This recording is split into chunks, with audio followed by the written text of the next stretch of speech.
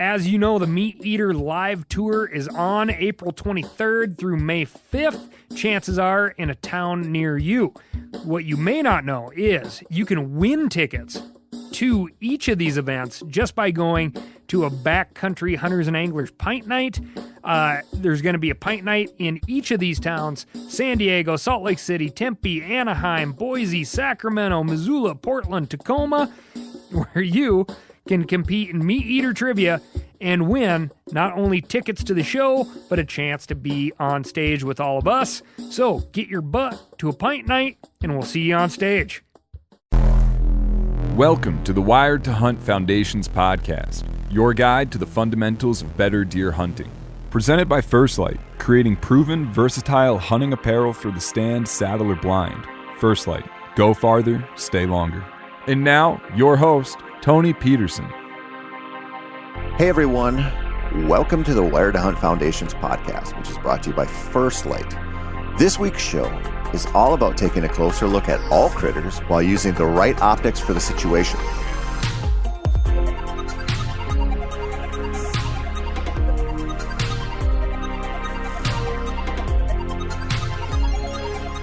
It's been in my experience anyway, that Western hunters understand the importance of optics a hell of a lot more than the average whitetail hunter. And this makes sense, like at least to some extent, when you consider, the big country that Western critters live in. Letting your eyes with the right optics do a lot of the walking saves you, a lot of walking. Whitetails in their tighter confines, they just don't require the same long distance effort typically. The truth is, glassing is a skill that will benefit all big game hunters, and it's something worth understanding, which is what this episode is all about.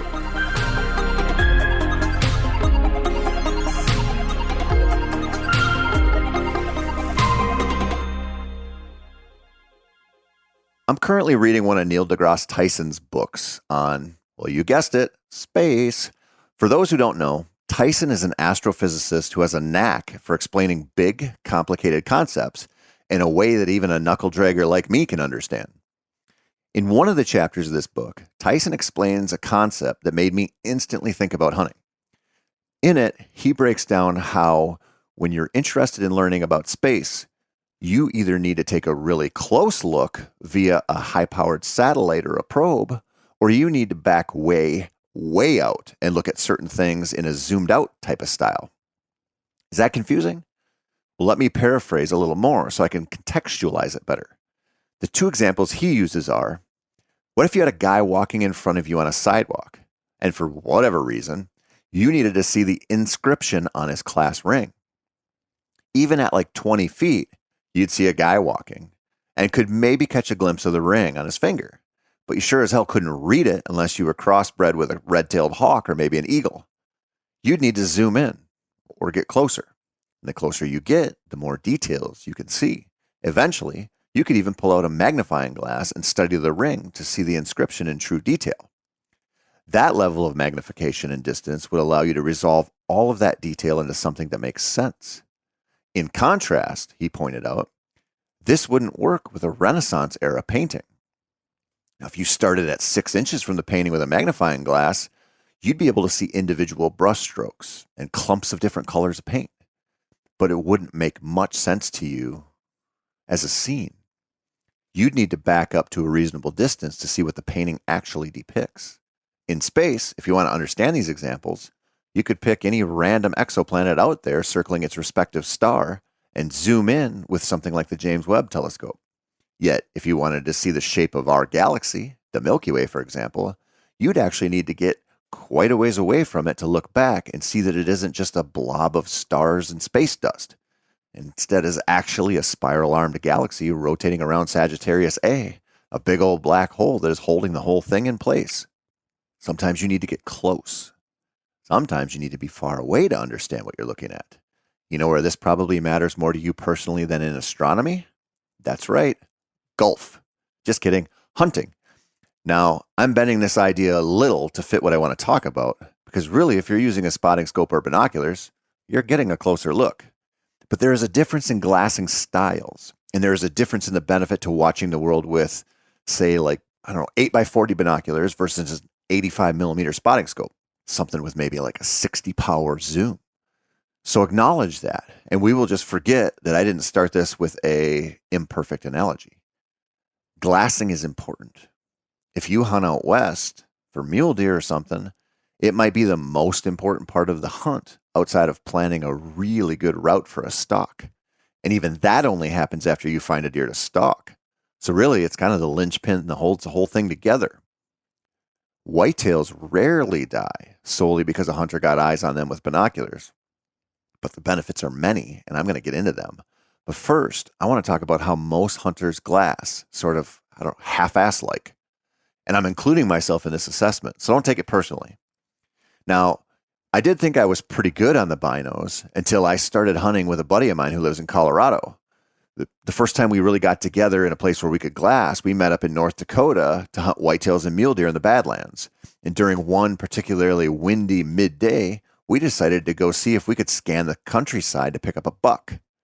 I knew, wrongly I might add, that this was going to be a lost cause, or at least I thought it was mostly going to be a lost cause.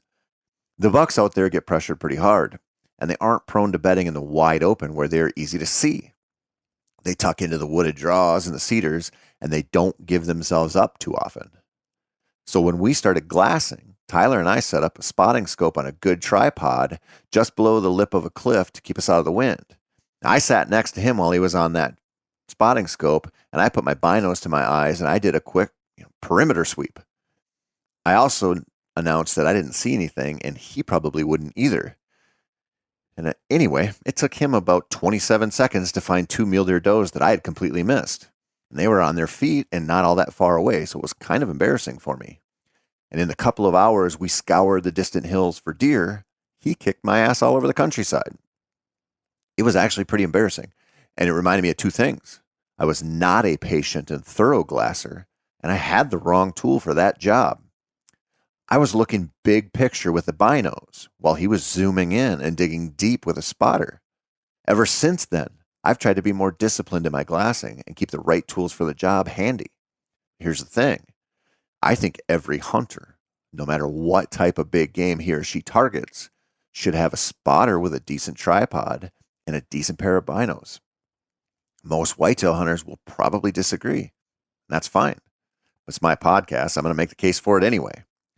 When it comes to a decent spotter with a decent tripod, the buy-in is a little rough, but good optics are usually backed by great warranties, and they last a long, long time if you take care of them.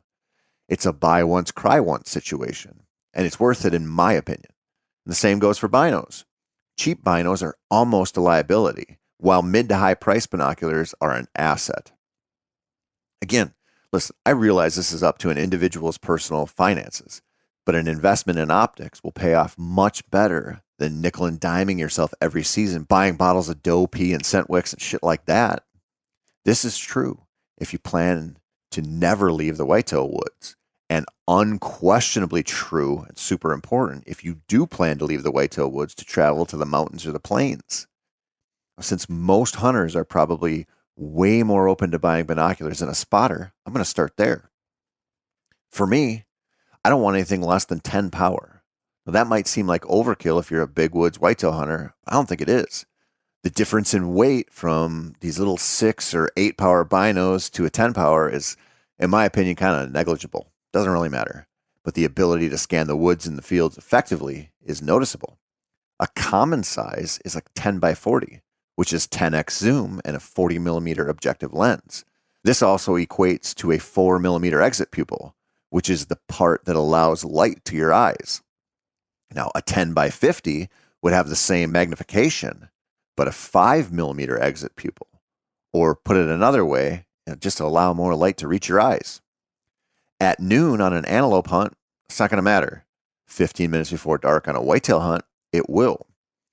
Now, either of these specs will give you a decent field of view. Now, if you try to go beyond 10x in magnification, you'll be able to zoom in on details far, far out, but you'll also find that holding them by hand leaves you a little shaky, and you might be kind of wishing for a tripod. You'll also experience a smaller field of view. You'll notice that binoculars or, binocular manufacturers, they advertise all kinds of prisms and coatings that might not make much sense to you. They'll tout something like twilight factor, which is found by taking the objective lens and then multiplying that by the magnification, then looking for the square root of that number. I'll save you the time and the math and say that 10 by 50s are better in low light than 8 by 32s. The truth is, binoculars tend to perform commensurate to their price tag, and that kind of sucks. A $200 pair with the same specs as a $1,000 pair is going to be built differently. It's going to be less quality, almost guaranteed. A $1,000 pair compared to another $1,000 pair, a different story. Playing with a few models in your price range will let you see which ones you like better. But I've gone off track here a little bit. This isn't a binocular buying guide. It's about how you use them.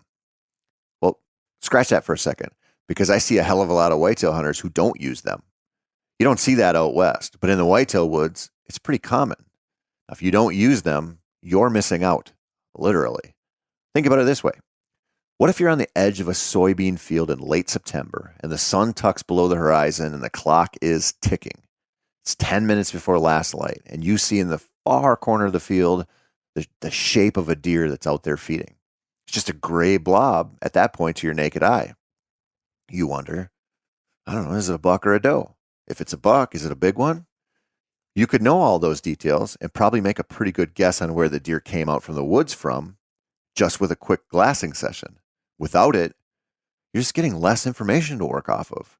With it, you might be able to kill him the very next night because you'll know what he is and probably where he came from. Simple, right? Now, what if you're sitting in the woods, the big woods, let's say, and you catch some movement in the distance? It's a deer, you're sure of that, but you can't see any details because it's too thick.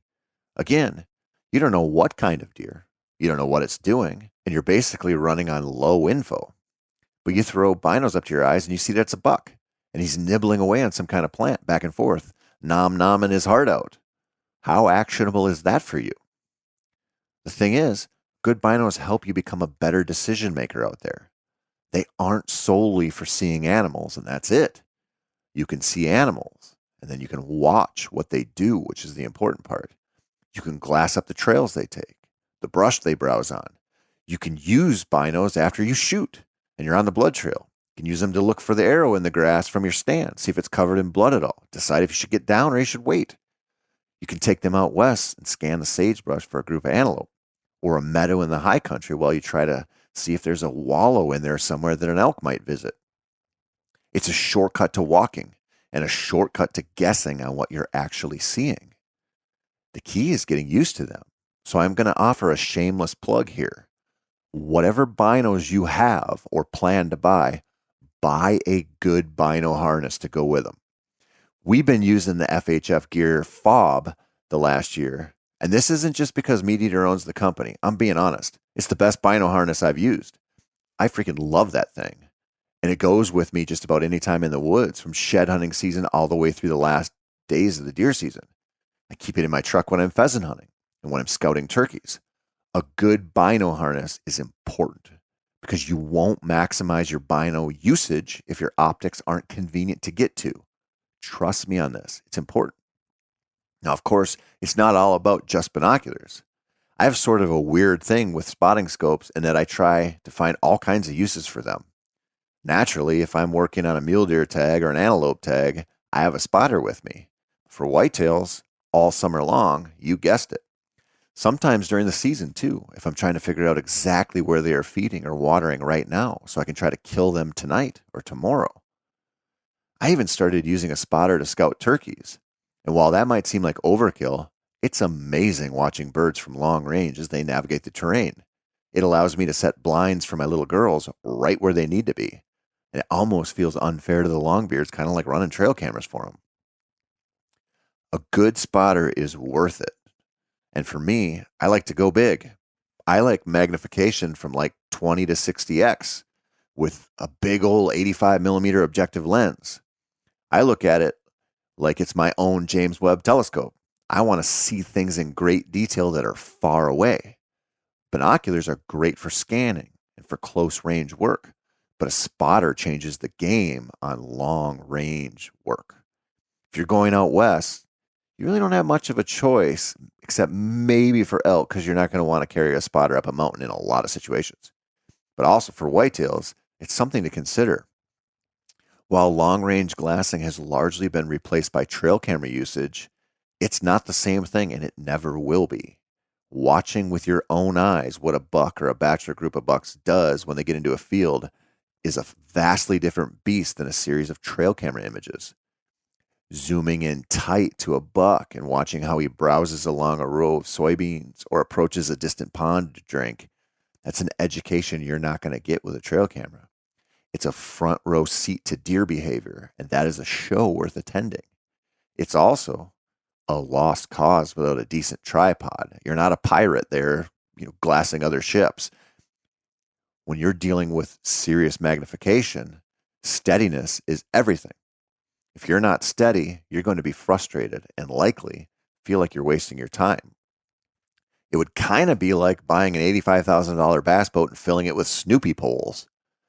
As it is with binoculars, spotter usage gets better the more comfortable you are. Find reasons to use a spotting scope. That turkey hunting example I just gave you might seem dumb and like overkill, like I said, but learning to use your optics in a low-stress situation is not. If you spend March and maybe the beginning of April glassing longbeards in the cut cornfield, you'll be a hell of a lot better off when you have an expensive non-resident mule deer tag in your pocket and you're perched on some high country hog's back looking for something to stalk. If you do find something to stalk, having binoculars snugged up to your chest so you can glass for velvet tips as you close the distance is equally as important. This is maybe the best lesson of this podcast, which is to learn to use your optics in real time, in high pressure and low pressure situations.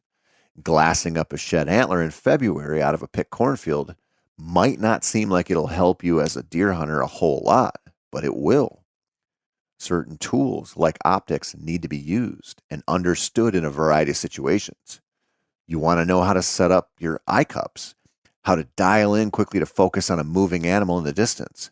You want to use optics to your advantage in a real way and not just take them for granted that they might be a part of your hunt as a person who loves the outdoors.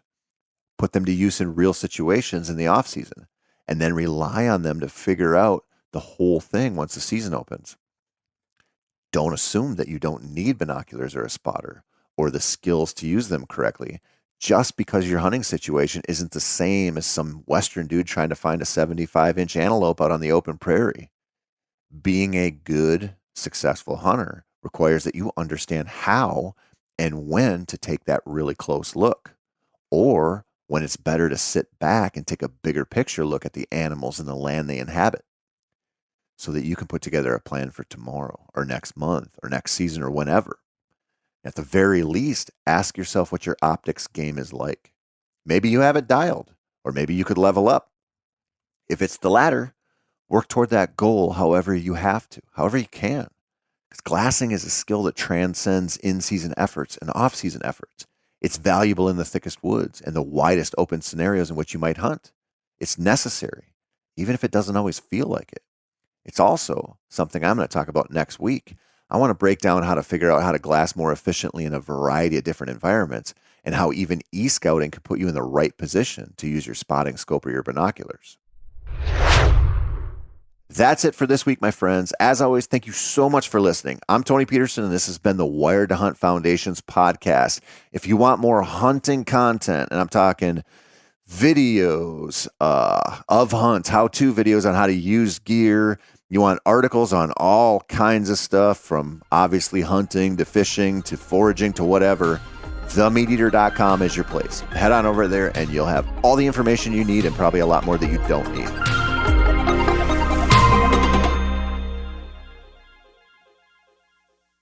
As you know, the Meat Eater live tour is on April 23rd through May 5th. Chances are in a town near you.